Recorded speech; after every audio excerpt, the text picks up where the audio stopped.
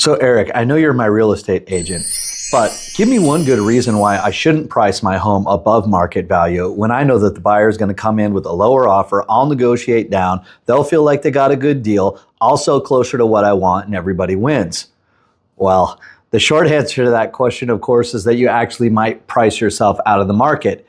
But I'm going to share with you today 10 additional risks associated with pricing your home above market value. You ready? Let's get it.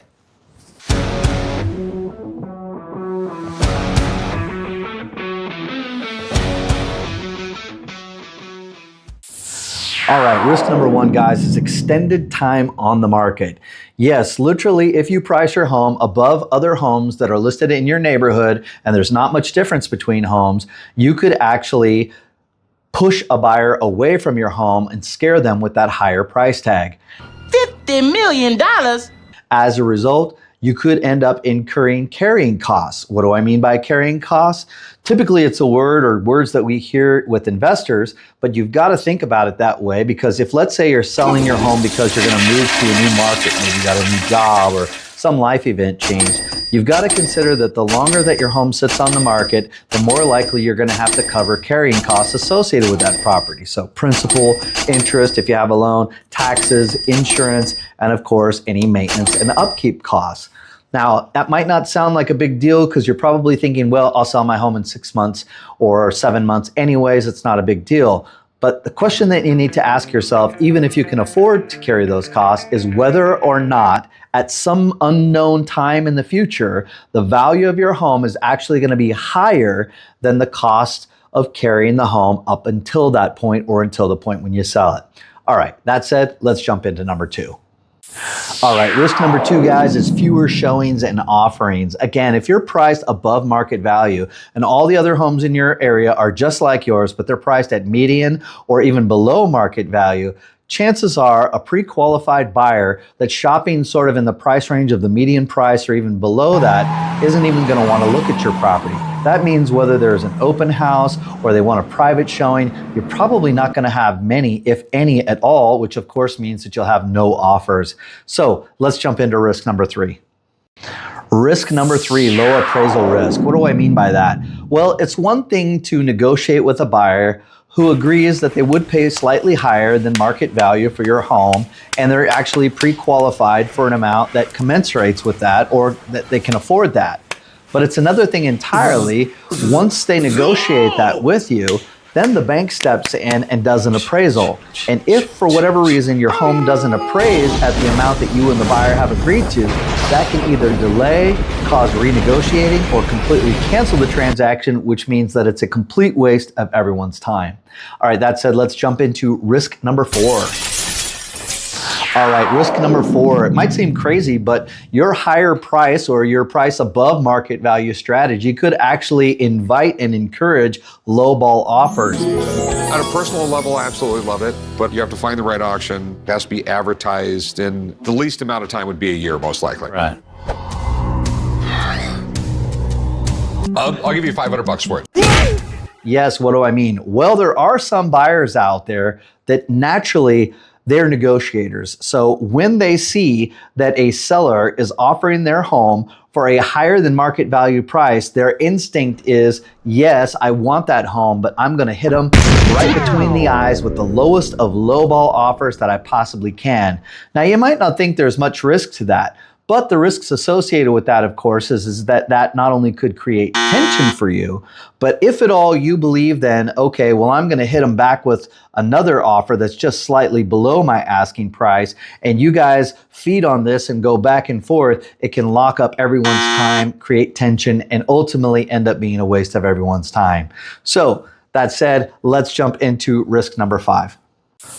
Risk number five, helping the competition. What do I mean by that? Well, when your home is priced higher than all the other homes in your market, and let's say your home is exactly the same as those other homes, in other words, there's no additional value that justifies your higher price, that might make buyers that are in that pool out there that are shopping in your market very nervous. God, we should walk away from this. Hold on. If I were to do this, if I even could do it, I'd need a guarantee. How do I know you can deliver? You don't. And as a result, it may actually draw them to want to make offers and negotiate purchasing the homes, those other homes that are on the market, for either median or below market pricing rather than yours. Of course, when there are fewer buyers in the market, then that just compounds the possibility or increases the chances that you will have your home be on the market for a longer duration and that you will assume some of those risks that we already talked about. That said, we have 5 more risks to go, so let's jump into risk number 6. Risk number 6, potential need for a price reduction. Now, I know sometimes sellers think, well, that's not a big deal. I'll just lower my price. I have wiggle room, so what difference does it make? Well, in the mind of a buyer, and especially a buyer's real estate agent, this is sort of like blood in the water, so to speak, even if there isn't. What do I mean by that? I mean that sometimes buyers, when they've been paying attention to the market, if they see that you've dropped your home price, they might assume that you are in trouble or that something is wrong for the property. So what can actually result from that is it weakens your negotiating power. There's just one little hair in the soup, the price. We feel $875 is very fair. But I suppose there's always a little wiggle room. Well, once you wiggle us on down to 400, and you got yourselves a deal. 400,000? What is that, a joke? No, it's... Risk number 7, missed opportunity for strong initial offers. Yes, the first few weeks when you list your home are usually like the most critical time. Why? Because the buyers that are out there shopping in the market, if they're looking at homes that are at median price or below median price and they're strong buyers, typically they're going to go after whatever they want. And sometimes when it's priced at or below market value, as opposed to pricing strategy above market value, you'll actually enter into a multiple offer situation. All right, let's start the bidding. Jennifer? $675, Bob.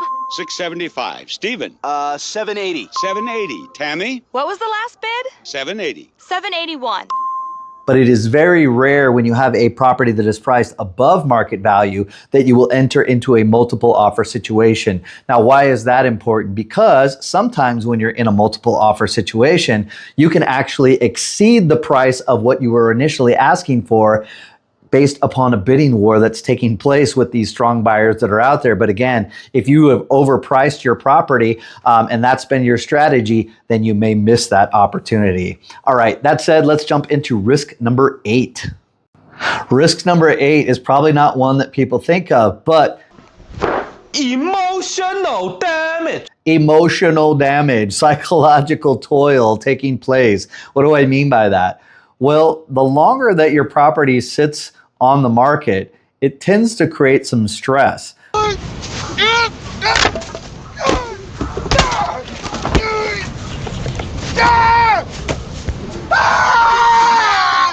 And sometimes when you are dealing with multiple sellers, maybe it's you and a spouse, maybe it's you and a family member, maybe it's an estate situation. This is still our house.